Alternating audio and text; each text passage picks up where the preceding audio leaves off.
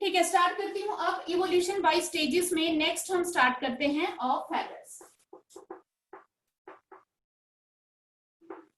हम फेदर्स की बात करें तो जब हमें फॉसिल मिले तो जो फेदर्स हमें मिले थे वो सबसे पहले जो है एक डायनासोर का जो फॉसिल था उसमें हमें पता चला कि जो है फेदर्स उनमें भी प्रेजेंट होते थे, दैट इज ड्रोमेसोर। कौन सा था वो डायनासोर? ड्रोमेसोर जो है एक डायनासोर था जिसके जब हमें फॉसिल मिले तो हमें पता चला कि उसकी बॉडी के ऊपर जो है बहुत ही छोटे छोटे फेदर्स जो है वो प्रेजेंट थे। तो फेदर्स का उस टाइम पे क्योंकि वो उड़ नहीं सकते थे, जब हम उनके ऑल ओवर बॉडी स्ट्रक्चर को देखते हैं तो हमें ये पता चला कि वो उड़ने वाले नहीं थे। तो वो फेदर्स का उनके लिए क्या पर्पस रहा होगा? हो सकता है बेटा पहले टाइम में जो ऑर्गन डेवलप हुआ वो किसी और पर्पस के लिए उनके लिए बेनिफिशियल रहा हो और नेचुरल सिलेक्शन के थ्रू आने वाली स्पीसीज में किसी और पर्पस के लिए वो सिलेक्ट हो गया हो। जैसे उनके लिए माना जाता था कि ये कोल्ड जो कंडीशंस होती थी उनसे उनको जो है प्रोटेक्ट करके रखते थे feathers.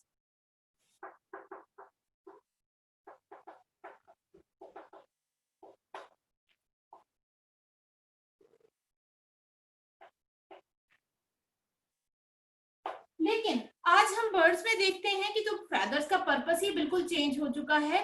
May be cold weather से वो प्रोटेक्ट करते हैं लेकिन बड़ा मेन फंक्शन उनका हो चुका है, क्या है? फ्लाइंग पर्पस के लिए हो चुका है। क्योंकि अब जिनके पास फेदर जो है कुछ बड़े साइज के प्रेजेंट थे उनमें धीरे धीरे धीरे जो है इवोल्यूशन जब हुआ तो ये एक उनके लिए बहुत ही अच्छा कैरेक्टर बन के आया जिसने बाद में उनको बर्ड्स में उनके फ्लाइंग के पर्पस के लिए वो एक कैरेक्टर सिलेक्ट हो गया। तो इसमें ये माना जाता है कि इवोल्यूशन में ये जरूरी नहीं है कि आज आपके पास जो ऑर्गन है आप उसको जिस पर्पस के लिए यूज कर रहे हो आने वाले टाइम में भी आप उसके लिए यूज करो। क्योंकि बेटा कोई भी कैरेक्टर, कोई भी वेरिएशन आपके पास प्रेजेंट है उसका एक्चुअल बेनिफिट आपको तब पता चलता है जब एनवायरनमेंट चेंज होता है। जब तक एनवायरनमेंट नॉर्मल है तब तक आपको उस वेरिएशन का कोई बेनिफिट ज्यादा पता नहीं चलेगा। अगर आप में इस तरह की वेरिएशन आई है या किसी ऑर्गेनिज्म में वेरिएशन आई है उसका बेनिफिट तब पता चलता है। और जरूरी नहीं बेनिफिट हो, ये भी जरूरी नहीं है। जैसे हमने बताया था कि ब्लू बीटल्स वाला एग्जांपल दिया था कि ब्लू कलर आ गया, वो एक वेरिएशन आई थी लेकिन उसने उसको कोई सर्वाइवल एडवांटेज नहीं दी थी। तो मैं यही बता रही हूँ कि वेरिएशन जरूरी नहीं है सर्वाइवल एडवांटेज दे, लेकिन अगर वो दे भी सकती है, अगर एनवायरनमेंट चेंज होता है, अगर वो देती है तभी वो कैरेक्टर सिलेक्ट होता है, वो पास ऑन होता है और उसमें इवोल्यूशन आगे कंटिन्यू हो जाता है। तो यहाँ पे आप देखेंगे कि कोई ऑर्गन किसी ऑर्गेनिज्म में किसी पर्पस के लिए था लेकिन आने वाली स्पीशीज में उसका पर्पस डिफरेंट हो सकता है। तो ये तो था किस तरह से जो है इवोल्यूशन स्टेजेस बाय स्टेजेस होता है। अब हमें देखो बेटा डार्विन ने एक चीज बताई हमें कि नेचुरल सिलेक्शन होता है और इससे नई स्पीशीज जो है धीरे धीरे बनती है। इसका एक बहुत ही अच्छा प्रूफ आज हमारे पास भी है, वो क्या है? Artificial selection.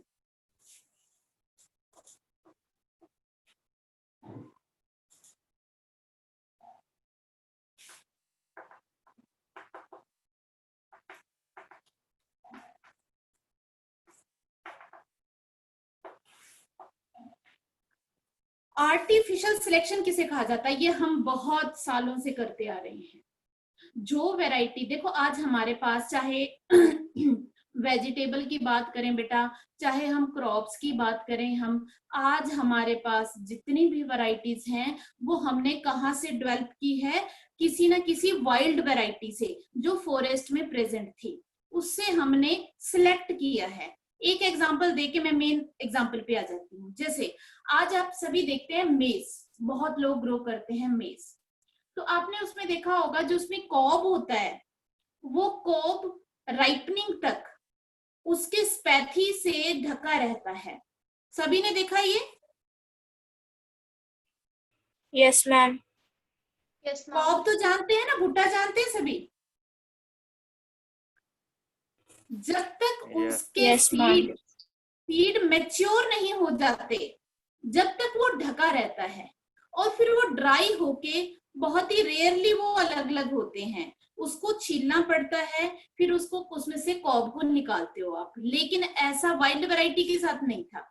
जो इसकी वाइल्ड वैरायटीज होती थी उनमें क्या होता था, जैसे ही इसके सीड पकते थे उस टाइम पे इसके जो स्पैथी थे ये ड्राई होके सेपरेट हो जाते थे, ताकि सीड ड्राई होने के बाद डिस्पर्स हो जाए एरिया में। लेकिन हमने कौन सी वैरायटी देखी, हमने देखा कि मैक्सिमम में ऐसा हो रहा था, लेकिन कुछ वैरायटीज थी जिनमें पकने तक भी वो बिल्कुल बंद रहती थी। हमने उसको सिलेक्ट कर लिया, हमने उसी को ग्रो किया, क्योंकि उसके पास एक यूनिक कैरेक्टर था जो हमारे लिए बेनिफिशियल था। हमने अब उसको ग्रो किया, तो आज हमारे पास जितनी भी स्पीशीज हैं उनमें ऐसा ही होता है, वो कैरेक्टर रिटेन्ड है। तो हमने क्या किया, आर्टिफिशियल सिलेक्शन। ये नेचर ने नहीं किया, हमने किया अपने बेनिफिट के लिए सिलेक्शन। इसी तरह वीट की वैरायटीज भी हैं। वीट भी आप देखते हो उसके अंदर रहता है सीड उसका पकने तक, ठीक है, लेकिन लास्ट टाइम में वो खुलनी स्टार्ट होती हैं। तो जिनमें हमने वो वाली वैरायटी स्टार्ट की जहां जो है सिलेक्ट की जिसमें लास्ट तक वो बिल्कुल बंद रहे सीड, ताकि हमें लॉस ना देखना पड़े। हमें तो लॉस हो जाएगा अगर वो एकदम से ओपन हो गया, सारे सीड्स वहां पे स्प्रेड हो गए तो दिक्कत हो जाएगी। तो हमने वो वाली बीच में से वो सिलेक्ट की जो हमारे सुटेबल थी। इसको कहते हैं आर्टिफिशियल सिलेक्शन। हम इस तरह से सिलेक्शन किए, it is selection bye selection of characters by human beings according to their benefit।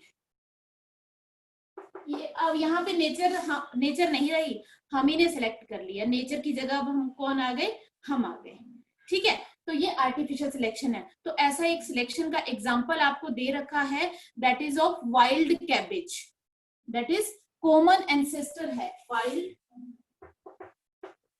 Cabbage. ये हमारे पास एक वाइल्ड वैरायटी होती थी, इससे हमने सिलेक्शन किया और बहुत सारी वैरायटीज आज हमारे पास अवेलेबल है। कौन कौन सी, कॉलीफ्लावर, कैबेज, ब्रोकली, केल, कोलरबी,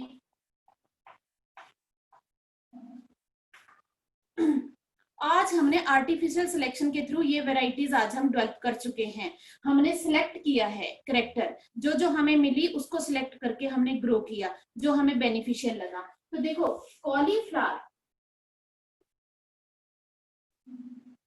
कॉलीफ्लावर का जब हमने सिलेक्शन किया तो उसमें हमने देखा दैट इज स्टीराइल फ्लावर, जिसमें थे उसको सिलेक्ट कर लिया। क्या था इसमें, स्टीराइल फ्लावर। कैबेज जहां पे लीव्स के हमें चाहिए था कि लीव्स में डिस्टेंस कम हो, बहुत साथ साथ हमें लीव्स का ही मेन पर्पस था, तो लीव्स में डिस्टेंस कम हो, लेस डिस्टेंस बिटवीन लीव्स। उसके लिए हमने कैबेज, इसकी एक वैरायटी मिली जिसमें लीव्स के बीच में हमें कम गैप मिला, उसको भी हमने सिलेक्ट किया क्योंकि हम लीव्स के लिए उसको ग्रो करना चाहते थे। फिर broccoli, arrested flower development, flower जो है डेवलप ही नहीं हुआ।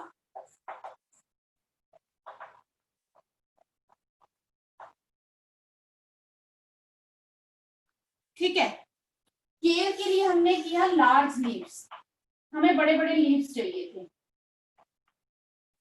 तो केल को सिलेक्ट कर लिया। कोलरबी एक वैरायटी जिसको हमने स्वोलन पार्ट्स के लिए, कि हम उसके कुछ स्वोलन पार्ट्स को यूज करना चाहते थे एज फूड, तो हमने कोलरबी को सिलेक्ट किया। मीन क्या है, ये इसमें हमें ये वाइल्ड हैबिटेट में मिली, वहां पे इसमें काफी सारी वेरिएशन देखने को मिली हमें। कई वैरायटी ऐसी थी जिसमें लीव्स बहुत क्लोज थे तो उसको भी हमने ग्रो किया। फिर कभी कभी ऐसी वेरिएशन भी हमें देखने को मिली कि उसका जो फ्लावर था वो स्टीराइल ही रह गया, वो वाली को भी हमने यूज किया। तो अलग अलग कैरेक्टर के अकॉर्डिंग हमने उसकी अलग अलग वैरायटी को सिलेक्ट किया और आज उनको हम ग्रो करते जा रहे हैं एज ए वेजिटेबल ताकि उसके अलग अलग पार्ट से हमें बेनिफिट मिल सके।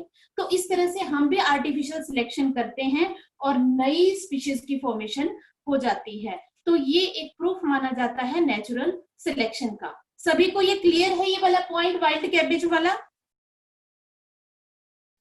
Yes ma'am. किसी बच्चे को डाउट हो तो जल्दी से पूछें। ठीक है, अब हम नेक्स्ट टॉपिक अपना करते हैं, evolution should not be equated with progress.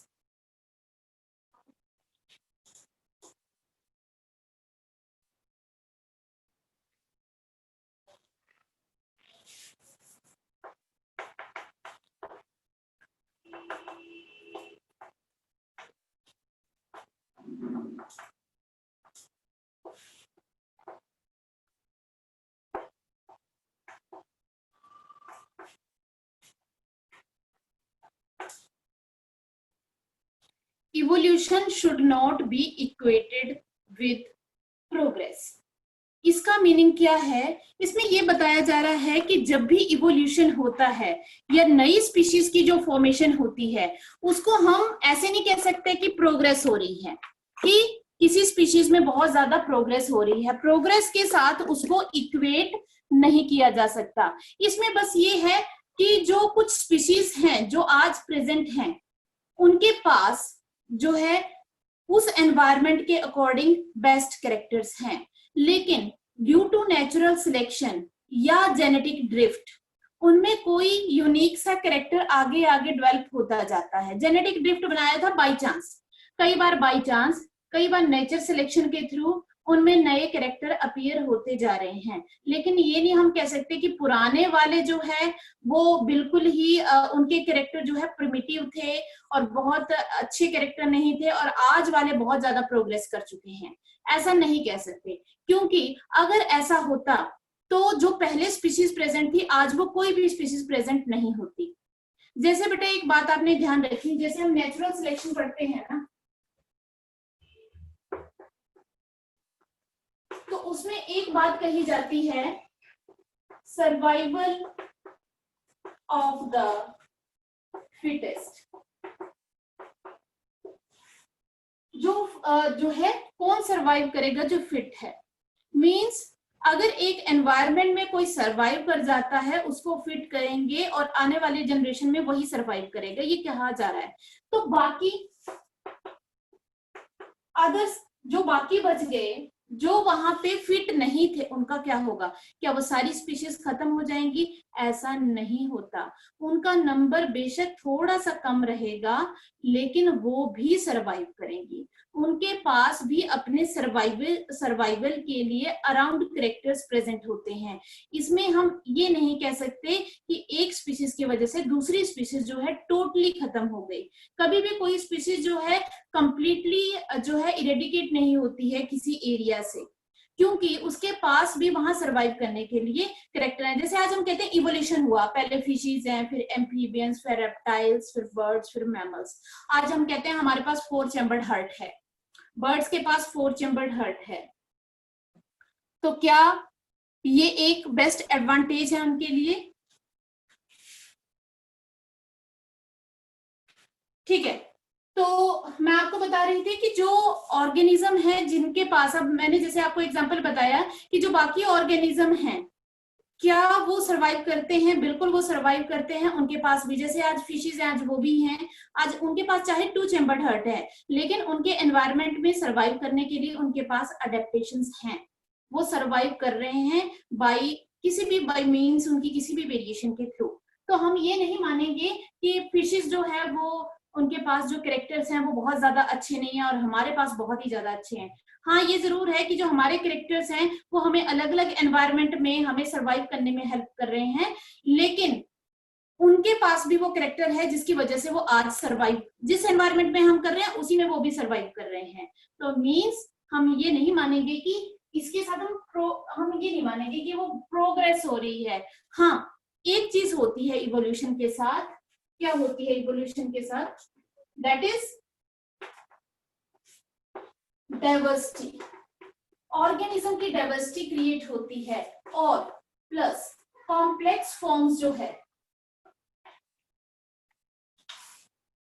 वो अराइज होती रहती हैं, कॉम्प्लेक्स फॉर्म्स भी अराइज होती रहती हैं, और डाइवर्सिटी अर्थ के ऊपर बढ़ती रहती है by means of two processes, genetic drift and natural selection. दो प्रोसेसेस के थ्रू अर्थ के ऊपर डाइवर्सिटी बढ़ती जा रही है।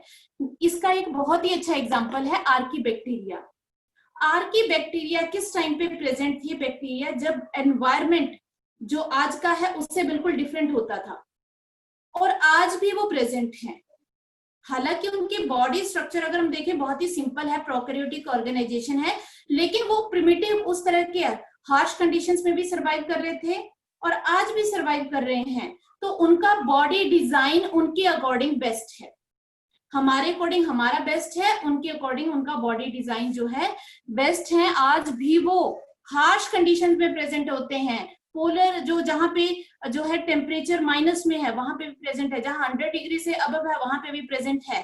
तो उनका बॉडी डिजाइन बहुत ही एडवांस हम मान के चलेंगे उनके अकॉर्डिंग, जैसे हमारे अकॉर्डिंग हमारा बॉडी डिजाइन जो है वो एडवांस है। तो हम इसको जो प्रिमिटिव फॉर्म्स हैं उनके बॉडी स्ट्रक्चर को हम बहुत सिंपल नहीं मान सकते और अपने वाले को बहुत एडवांस नहीं मान सकते। ये बस एक प्रोसेस है इवोल्यूशन, जिसमें बॉडी डिजाइन चेंज होते जा रहे हैं due to two natural forces, natural selection and genetic drift, और डाइवर्सिटी बढ़ती जा रही है।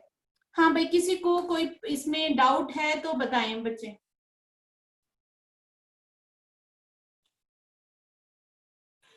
किसी को भी इससे रिलेटेड डाउट है तो बताएं।